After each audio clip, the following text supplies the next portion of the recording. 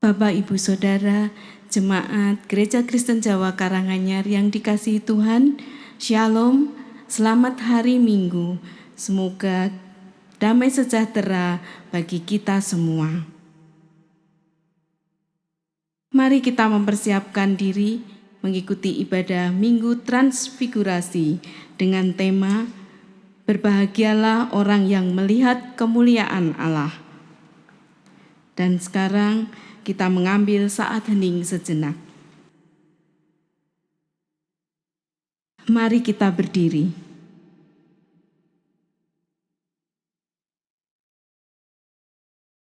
Allah selalu berkenan hadir di tengah-tengah umat yang telah dikuduskannya. Maka marilah kita sujud menyembah Dia.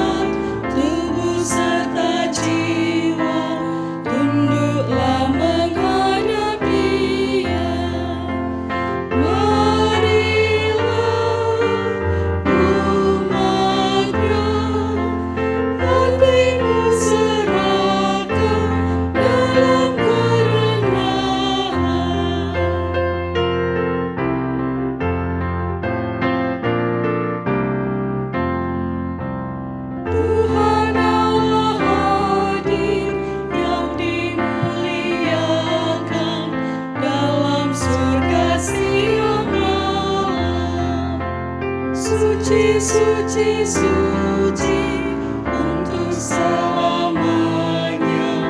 dinyanyikan malak surga. Ya Allah, terimalah pujian jemaat beserta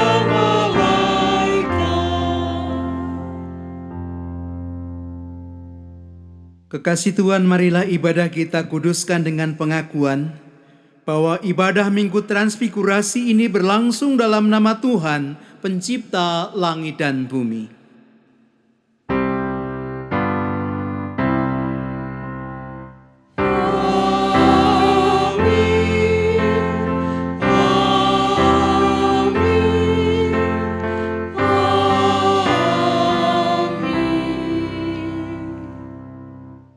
Damai sejahtera Allah menyertai saudara sekalian. Damai sejahtera Allah menyertai saudara juga. Disilakan duduk.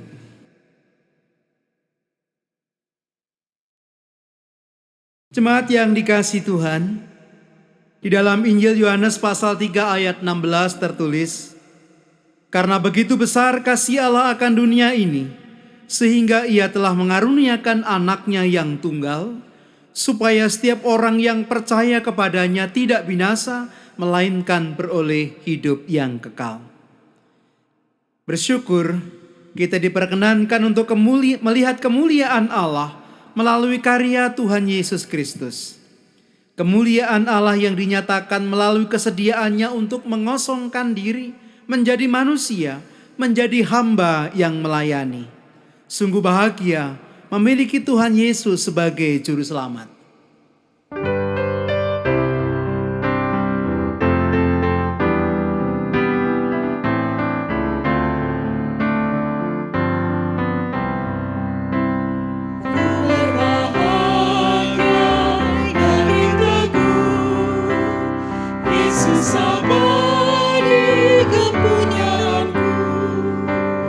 Aku warisnya, ku ditebus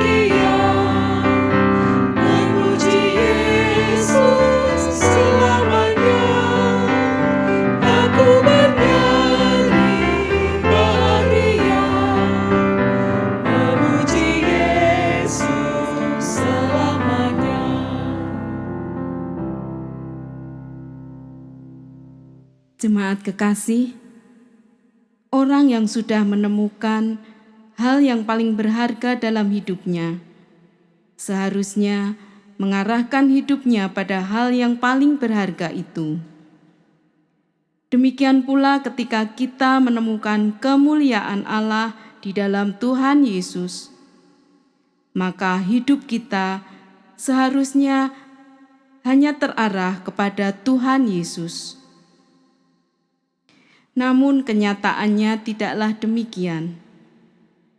Kita seringkali silau pada kesenangan dunia sehingga meninggalkan ketaatan kepada Tuhan.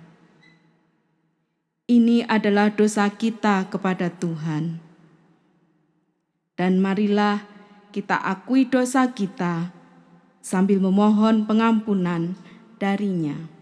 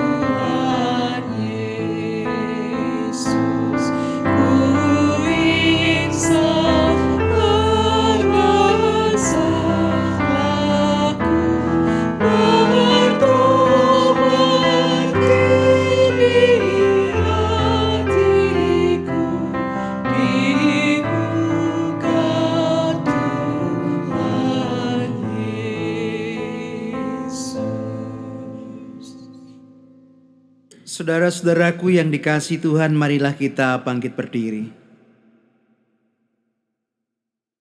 Allah berkenan pada pertobatan manusia.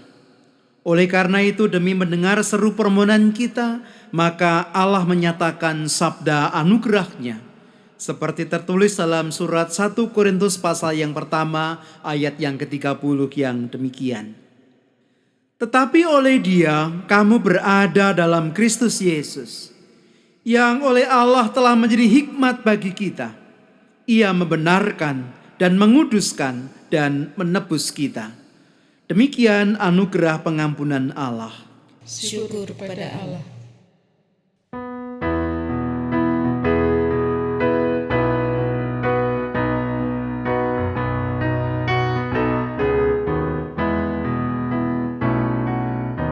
Yesus menginginkan daku bersinar baginya, dimanapun ku berada, ku mengenangkannya. Bersinar, bersinar, itulah kehendak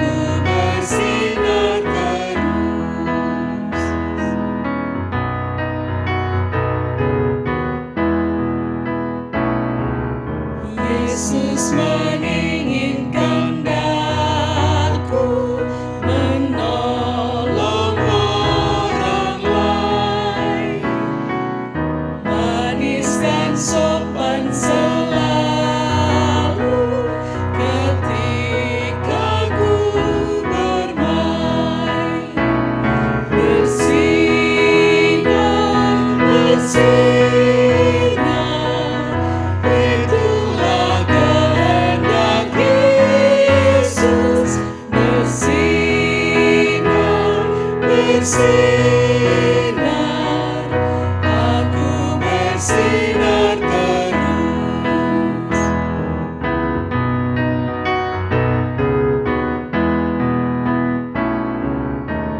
Ku mohon Yesus menolong, menjaga hatiku, agar bersih dan bersinar, meniru Tuhanku. Bersinar, bersinar, itulah kehendak Yesus. Bersinar, bersinar, aku bersinar terus. Jemaat disilakan duduk. Saudara-saudaraku, sebelum kita menerima sabda Tuhan, mari kita berdoa terlebih dahulu. Kita berdoa. Bapa di dalam Tuhan Yesus Kristus, sungguh kami rindu untuk melihat kemuliaan-Mu.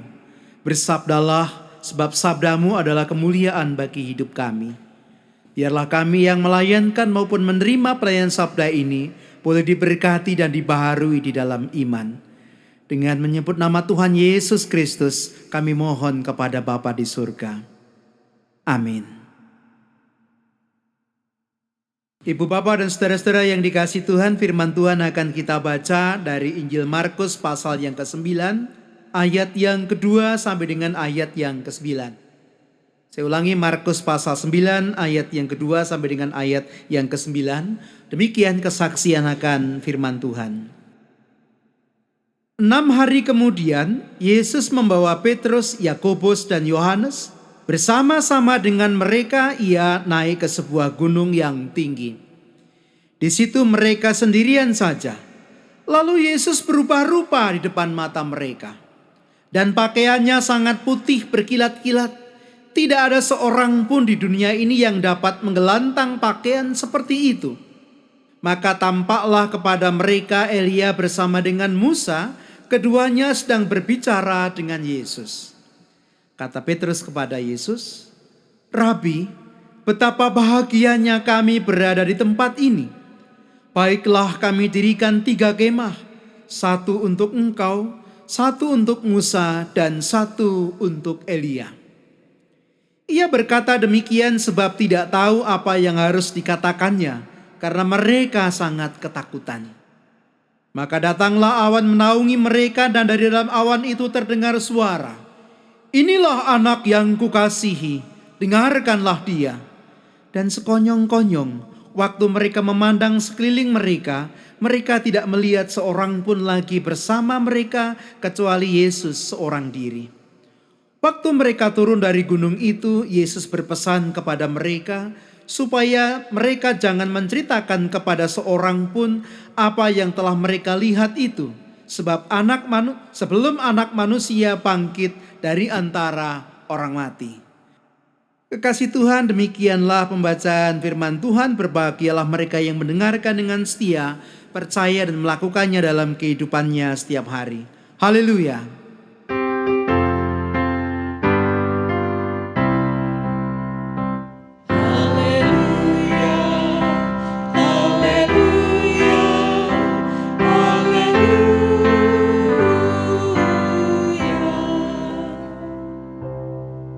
Saudara-saudaraku yang dikasihi Tuhan dan mengasihi Tuhan, andai kata datang seorang yang baik hati kepada kita, pada Bapak Ibu dan saudara-saudara, lalu memberikan sebuah penawaran.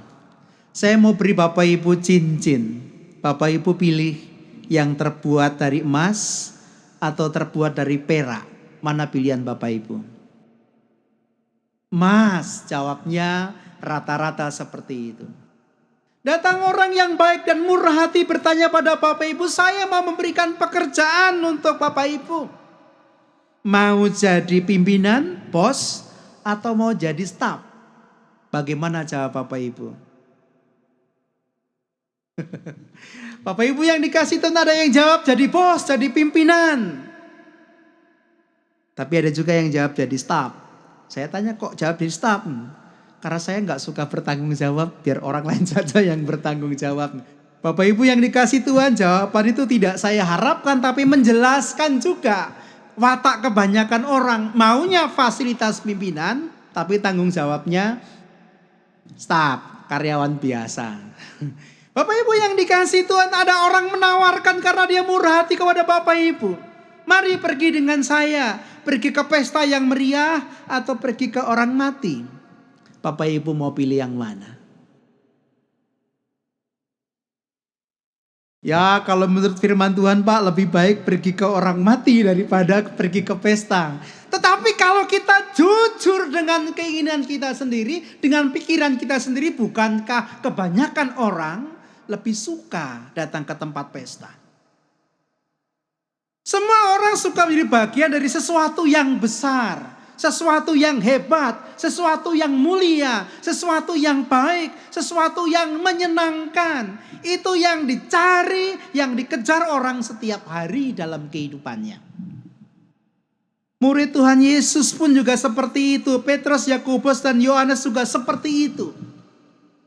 6 hari yang lalu Tuhan Yesus berbicara mengenai penderitaan yang akan dialaminya, mengenai kematian yang akan dialaminya karena perbuatan para imam. Dan sekarang mereka bertiga diajak Tuhan Yesus naik ke sebuah gunung yang tinggi. Dan di atas gunung itu Bapak Ibu yang dikasih Tuhan, Tuhan Yesus mengalami perubahan, mengalami transfigurasi, mengalami kemuliaan, bersinar-sinar secara luar biasa. Injil Markus menggambarkan pakaiannya jadi putih berkilau-kilau. Tidak ada orang di dunia ini yang bisa menggelantang pakaian seputih itu.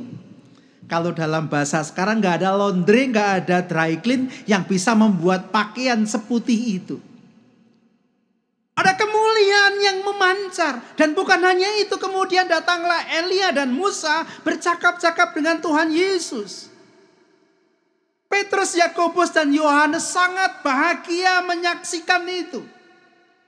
Sangat bahagia mengalami itu. Sehingga Petrus kemudian memberanikan diri berkata pada Tuhan Yesus, Tuhan, biarkan aku buat 3 buah tenda, 3 buah kemah, 3 buah gubuk. 1 untuk engkau, 1 untuk Musa, 1 untuk Elia. Bapak Ibu dan saudara-saudara yang dikasihi Tuhan, tapi sebentar kemudian ada awan yang menaungi mereka. Dan dari dalam awan itu terdengar suara, inilah anak yang kukasihi, dengarkanlah dia. Dan sebentar kemudian dalam pandangan murid-murid hanya tinggal Tuhan Yesus saja bersama dengan mereka. Musa dan Elia sudah tidak ada. Bapak Ibu dan saudara-saudara yang dikasihi Tuhan, para murid itu senang, bahagia, mengalami, merasakan kemuliaan Tuhan. Sama seperti kita juga bahagia, senang, menjadi bahagia dari sesuatu yang besar. Tapi tidak terlalu lama Tuhan Yesus kemudian mengajak mereka turun, dan ketika turun kemudian Tuhan Yesus berkata pada mereka, peristiwa hari ini yang baru saja kalian alami, jangan pernah ceritakan pada siapapun sampai anak manusia bangkit dari kematian. Jangan ceritakan sampai anak manusia bangkit dari kematian. Kemuliaan itu jangan ceritakan sampai anak manusia bangkit dari kematian. Jangan-jangan sebenarnya kalau kita baca ayat seterusnya, para murid juga gak ngerti maksudnya sampai anak manusia bangkit dari kematian itu artinya apa, gak ngerti juga mereka. Tapi Bapak Ibu yang dikasih Tuhan, fokus kita bukan itu. Fokus kita pada pertanyaan, kenapa kemuliaan itu, peristiwa itu tidak boleh diceritakan sampai anak manusia bangkit dari kematian. Kenapa gak boleh diceritakan? Bukankah kalau diceritakan pada orang banyak, maka orang banyak akan tertarik pada Tuhan Yesus. Orang akan heboh, orang akan datang pada Tuhan Yesus. Justru itu persoalannya. Karena kalau diceritakan waktu itu sebelum Tuhan Yesus bangkit dari kematian, maka orang-orang bisa jatuh dalam pemahaman yang keliru mengenai Tuhan Yesus. Ya banyak yang keliru. Kalau tambah dengan cerita ini tambah keliru lagi. Kelirunya di mana? Karena waktu itu ada banyak orang yang mengharapkan Mesias yang membebaskan orang-orang dari penjajahan Roma. Mesias secara politis. Dan kalau mereka mendengar cerita seperti itu, maka bisa saja mereka segera memaksa Tuhan Yesus untuk memimpin sebuah pemberontakan, sebuah revolusi. Padahal bukan itu tujuan kedatangan Tuhan Yesus. Itu akan menjadi halangan bagi Tuhan Yesus untuk menjalankan karya penyelamatannya. Nah, Bapak Ibu yang dikasihi Tuhan, peristiwa kemuliaan itu tidak boleh diceritakan sampai kebangkitan Tuhan Yesus. Karena alasan yang kedua adalah kemuliaan itu tidak bisa dilepaskan dari salib. Kemuliaan itu tidak bisa dilepaskan dari karya penderitaan dan kematian kebangkitan Tuhan Yesus. Orang suka pada kemuliaan, tapi orang tidak suka pada jalan kemuliaan. Tidak suka pada jalan menuju kemuliaan, apalagi itu adalah jalan salib. Sama seperti orang suka fasilitas pimpinan, fasilitas bos, tapi tidak suka pada tanggung jawab bos. Banyak orang suka menjadi Kristen, menyebut diri sebagai anak-anak Allah, menyebut diri sebagai pilihan Allah secara rohani, tetapi tidak sanggup memikul salib sebagai pengikut Kristus. Tidak sanggup melakukan panggilan Tuhan, tidak sanggup melakukan pewartaan Injil sebagaimana Tuhan kehendaki, tidak sanggup menjadi hamba, menjadi pelayan yang melayani sesama seperti yang diteladankan oleh Tuhan Yesus. Itu rahasianya mengapa tidak boleh diceritakan sebelum anak manusia mengalami kebangkitan dari orang mati. Supaya orang tahu bahwa kemuliaan Tuhan itu satu paket. Tidak bisa dipisahkan dari karya salib Tuhan Yesus. Bapak Ibu dan saudara yang dikasihi Tuhan. Ya, orang senang dengan kemuliaan tapi orang tidak suka dengan prosesnya. Orang malas dengan prosesnya. Bertanyalah pada orang-orang muda, apa cita-citanya? Banyak kan menjawab, ya cita-cita saya kecil dimanja. Muda foya-foya, tua kaya raya. Kalau mati masuk surga. Terus le nyambut gawe kapan? Le rekoso kapan? Bukan mempertentangkan, tapi sejujurnya tanyalah pada orang-orang tua. Bagaimana kemuliaan itu harus diraih? Mereka akan menjawab, berakit-rakit ke hulu, berenang-renang ke tepian. Bersakit-sakit dahulu, bersenang-senang kemudian. Ada proses yang harus dijalani. Orang tidak bisa bermalas-malas, orang tidak bisa berdiam diri, orang harus bekerja, orang harus bersungguh-sungguh, orang harus belajar supaya dia bisa mencapai kemuliaan yang ia cita-citakan. Beberapa waktu yang lalu saya mendengar ada seorang bupati yang mengatakan begini, nek bocah-bocah dora sekolah. Yo munggah dari kelas 1 jadi kelas 2, kelas 2 jadi kelas 3, dari SMP jadi SMA, dari SMA jadi kuliah. Tapi jangan heran kalau nanti sudah kuliah tapi hati dan pikirannya masih SMA.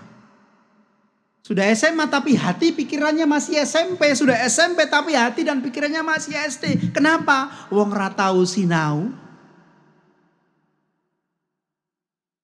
Saya jengkel juga mendengar itu. Tapi ada kebenarannya juga. Mari kita perhatikan anak-anak kita. Apakah di rumah mereka belajar? Kalau pegang HP pasti. Sambil syuting aja pegang HP kok. Pasti. Tapi belajar apa enggak? Belum tentu. Siapa yang salah? Apa anaknya? Barangkali iya sebagian. Tapi juga orang tuanya. Bagaimana bisa orang tua berharap anaknya pintar, anaknya pandai, anaknya meraih cita-citanya kalau orang tua juga tidak bekerja keras bersama-sama dengan anak-anaknya. Jangan cuma mau kemuliaan tapi tidak mau salibnya. Bapak Ibu yang dikasihi Tuhan, itu yang Tuhan ajarkan melalui pewartaan firman pada hari ini. Dan kalau kita bersama-sama akan mengikuti sakramen perjamuan, ketika kita melihat dan menerima roti dan anggur itu, ingatlah, ini kemuliaan Tuhan yang tidak bisa lepaskan dari salib. Melalui roti dan anggur itu kita dikuatkan dalam iman, disegarkan dalam iman. Keselamatan kita dipelihara, kemuliaan Tuhan diberikan kepada kita. Tapi ingatlah, itu harus melalui jalan salib, penderitaan, kematian, dan kebangkitan Tuhan.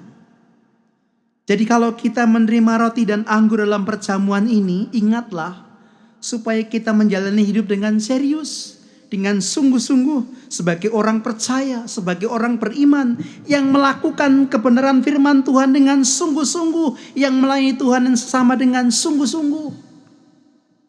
Karena hidup yang sejati itu bukan soal status kita sebagai orang Kristen, anak-anak Allah titik. Tapi hidup yang sejati itu soal makna dan manfaat hidup kita bagi Tuhan dan sesama. Berbahagialah mereka yang melihat kemuliaan Allah. Kemuliaan yang telah diteladankan Tuhan Yesus melalui jalan salib. Kemuliaan yang harus kita ikuti dengan memikul salib di belakang Tuhan Yesus. Tuhan memberkati. Amin.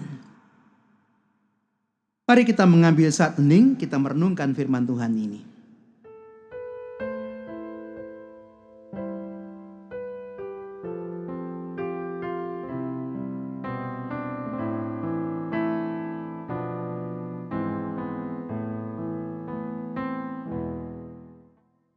Saat hening cukup, jemaat kami undang untuk bangkit berdiri. Dengan meletakkan tangan kanan di dada sebelah kiri, marilah kita bersama-sama dengan segala umat di segala abad dan tempat, kita mengakui iman percaya kita melalui pengakuan iman rasuli secara bersama-sama. Aku percaya kepada Allah Bapa yang Maha Kuasa, Khalik langit dan bumi, dan kepada Yesus Kristus, anaknya yang tunggal Tuhan kita, yang dikandung daripada Roh Kudus, lahir dari anak darah Maria, yang menderita di bawah pemerintahan Pontius Pilatus, disalibkan, mati dan dikuburkan, turun ke dalam kerajaan maut. Pada hari yang ketiga, bangkit pula dari antara orang mati, naik ke surga, duduk di sebelah kanan Allah, Bapa yang Maha Kuasa, dan akan datang dari sana untuk menghakimi orang yang hidup dan yang mati. Aku percaya kepada Roh Kudus, gereja yang kudus dan am, persekutuan orang kudus, pengampunan dosa, kebangkitan daging, dan hidup yang kekal. Jemaat disilakan duduk. Kekasih Tuhan, marilah kita tunduk dalam doa, kita menaikkan syafaat kita. Kita berdoa. Bapa di dalam Tuhan Yesus Kristus, kami bersyukur melalui karya Tuhan Yesus Kristus kami pulih menyaksikan kemuliaan-Mu. Kemuliaan yang Tuhan lakukan melalui jalan salib, jalan penderitaan, jalan pelayanan. Biarlah kami dalam kehidupan kami juga dimampukan untuk menerima, mengalami, dan menyinarkan kemuliaan yang sama. Kesediaan kami untuk mengikut Kristus, memikul salib di belakangnya, menjadi semakin serupa dengan Kristus dalam pikiran, ucapan, dan perbuatan dari hari ke hari. Allah yang penuh kasih, kami berdoa untuk bangsa dan negara kami. Tuhan berkati semuanya. Kami berdoa untuk para pemimpin kami. Tuhan berkati semuanya. Kami berdoa untuk gereja-gereja Tuhan. Tuhan berkati semuanya. Kami berdoa untuk setiap keluarga Kristen. Tuhan berkati semuanya. Kami jadikan kami sebagai alat Tuhan untuk membawa damai dimanapun kami berada. Dan hidup kami juga Tuhan berkati dengan segala sesuatu yang kami perlu. Segala sesuatu yang mencukupi keperluan kami. Terima kasih ya Allah. Kami naikkan syafaat kami dalam Tuhan kami Yesus Kristus yang telah mengajar kami untuk memohon. Bapa kami yang di surga, dikuduskanlah namamu, datanglah kerajaanmu, jadilah kehendak-Mu di bumi seperti di surga. Berikanlah kami pada hari ini makanan kami yang secukupnya, dan ampunilah kami akan kesalahan kami, seperti kami juga mengampuni orang yang bersalah kepada kami. Dan janganlah membawa kami ke dalam pencobaan, tetapi lepaskanlah kami daripada yang jahat. Karena Engkaulah yang punya kerajaan dan kuasa dan kemuliaan sampai selama-lamanya. Amin.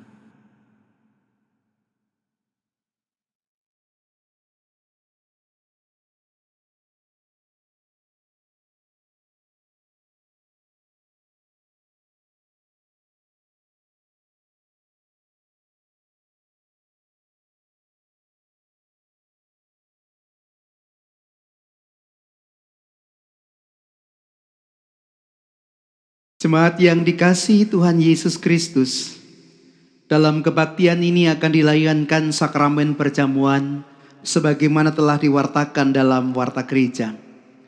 Sakramen perjamuan adalah sarana untuk memelihara iman yang pelaksanaannya didasarkan atas perintah Tuhan Yesus Kristus. Menjelang Tuhan Yesus disalib, Ia mengambil roti, mengucap berkat, memecah-mecahkannya, lalu memberikannya kepada murid-muridnya dan berkata, "Ambillah, makanlah, inilah tubuhku." Sesudah itu Ia mengambil cawan, mengucap syukur dan berkata, "Minumlah kamu semua dari cawan ini, sebab inilah darahku, darah perjanjian yang ditumpahkan bagi banyak orang untuk pengampunan dosa." Jemaat yang dikasihi Tuhan, sakramen perjamuan mengingatkan penyelamatan Allah dan keberadaan kita sebagai keluarga Allah. Sebelum menerima sakramen perjamuan ini, marilah kita sekali lagi menguji diri sendiri dengan bertanya sebagai berikut. Yang pertama, apakah kita mengakui bahwa kita berada dalam kondisi tidak selamat, tetapi oleh anugerah Allah kita diselamatkan melalui pengorbanan Tuhan Yesus? Yang kedua, apakah kita bersedia menyerahkan diri kepada Allah dan bersungguh-sungguh menjalani hidup baru di dalam kuasa Roh Kudus sebagai ungkapan syukur atas anugerah keselamatan? Jemaat yang dikasihi Tuhan, sebelum menerima sakramen perjamuan, mari kita berdoa terlebih dahulu. Ya Allah, layakkanlah kami untuk menerima sakramen perjamuan ini.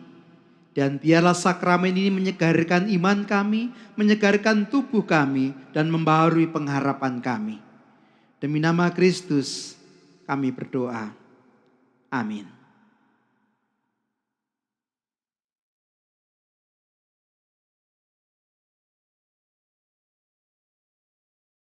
Saudara-saudara, kita berkumpul tidak sekedar makan minum, tetapi dengan ini kita mengenang karya keselamatan Tuhan kita Yesus Kristus.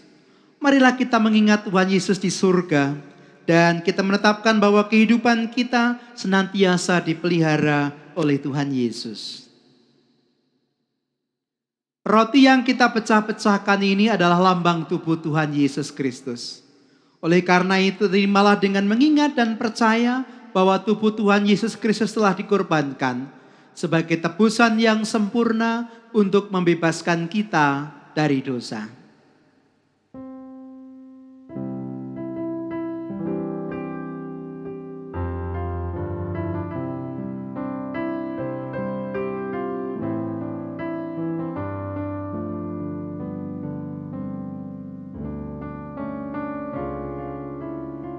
Dengan syukur dan hormat kita angkat bersama-sama.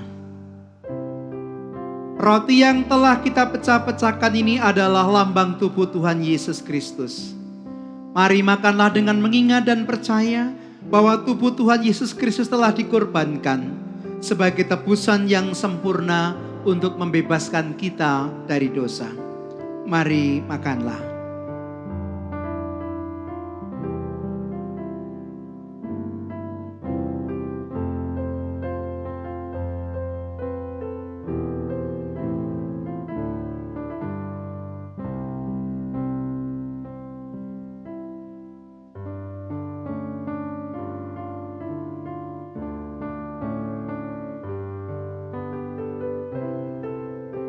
Minuman anggur dalam cawan ini adalah lambang darah Tuhan Yesus Kristus. Mari terimalah dengan mengingat dan percaya bahwa darah Tuhan Yesus Kristus telah ditumpahkan sebagai tebusan yang sempurna untuk membebaskan kita dari dosa.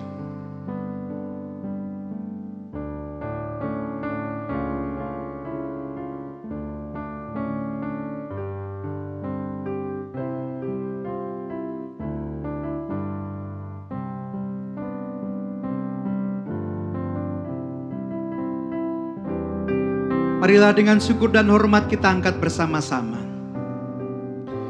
Minuman anggur dalam cawan ini adalah lambang darah Tuhan Yesus Kristus. Mari minumlah dengan mengingat dan percaya bahwa darah Tuhan Yesus Kristus telah ditumpahkan sebagai tebusan yang sempurna untuk membebaskan kita dari dosa. Mari minumlah.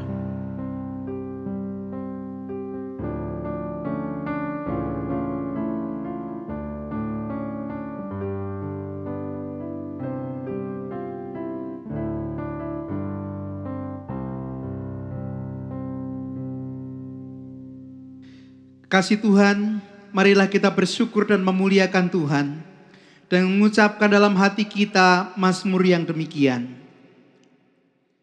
Pujilah Tuhan, hai jiwaku, pujilah namanya yang kudus, hai segenap batinku. Pujilah Tuhan, hai jiwaku, dan jangan lupakan segala kebaikannya. Dia yang mengampuni segala kesalahanmu, yang menyembuhkan segala penyakitmu. Dia yang menebus hidupmu dari lubang kubur, yang memahkotai engkau dengan kasih setia dan rahmat. Dia yang memuaskan hasratmu dengan kebaikan, sehingga masa mudamu menjadi baru seperti pada burung Raja Wali. Tuhan adalah penyayang dan pengasih, panjang sabar dan berlimpah kasih setia. Tidak selalu ia menuntut, dan tidak selama-lamanya ia mendendam. Tidak dilakukannya kepada kita setimpal dengan kesalahan kita, tetapi setinggi langit di atas bumi, demikian dijauhkannya daripada kita pelanggaran kita. Seperti Bapa sayang kepada anak-anaknya, demikian Tuhan sayang kepada orang-orang yang takut akan Dia. Oleh karena itu, aku senantiasa memberitakan kemuliaan Tuhan sekarang ini sampai selama-lamanya. Amin.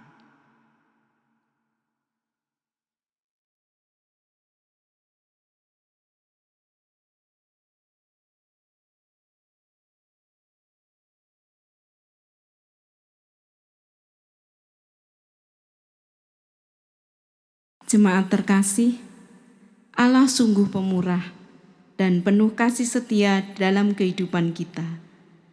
Oleh karena itu, marilah kita mengucap syukur dengan memberikan persembahan. Firman Tuhan dalam Roma 12 ayat 1 demikian. Karena itu, saudara-saudara, demi kemurahan Allah, aku menasihatkan kamu supaya kamu mempersembahkan tubuhmu sebagai persembahan yang hidup, yang kudus, dan yang berkenan kepada Allah. Itu adalah ibadahmu yang sejati.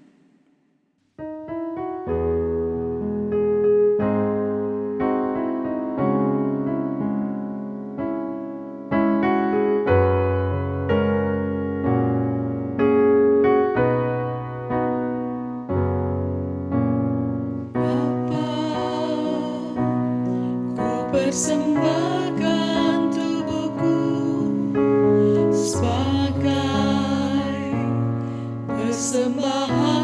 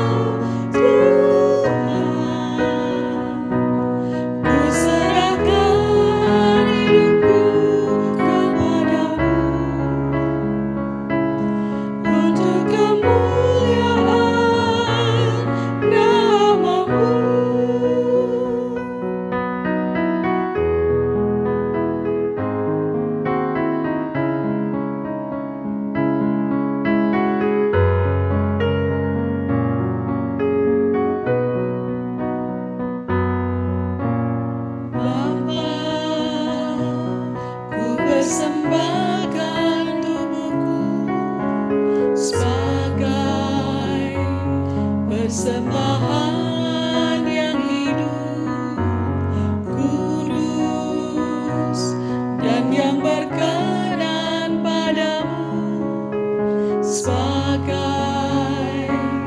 ibadah yang sejati. Ku sembah Kau, Tuhan. Ku sembah Kau, Tuhan.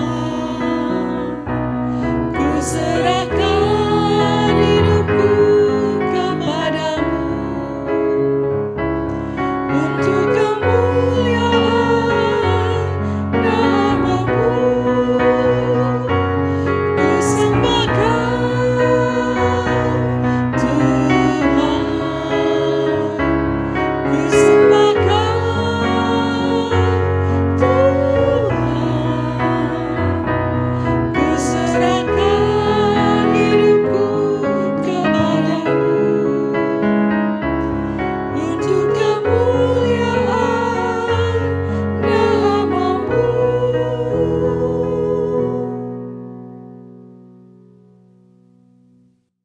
Jemaat kami undang untuk bangkit berdiri. Mari kita aturkan persembahan kita di dalam doa.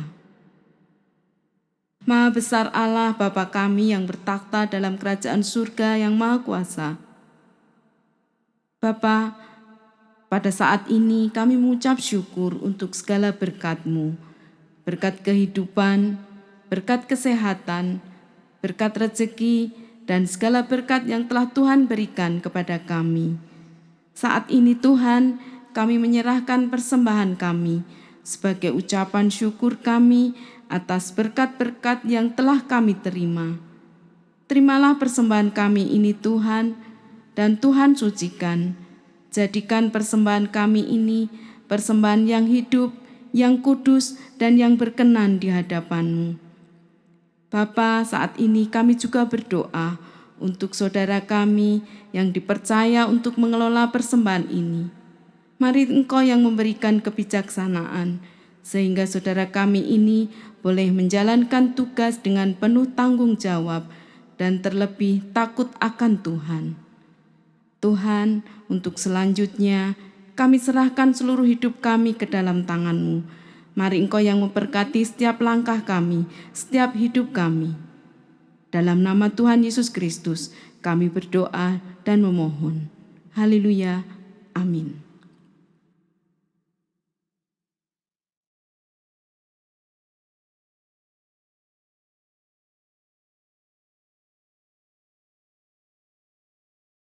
Jemaat kekasih Tuhan, kita telah melihat kemuliaan Allah melalui karya pelayanan Tuhan Yesus.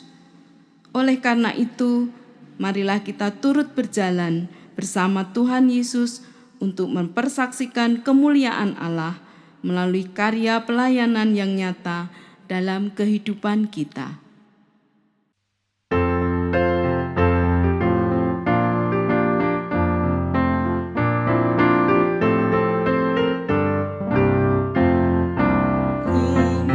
Berjalan dengan juru selamatku di lembah berbunga dan berair sejuk.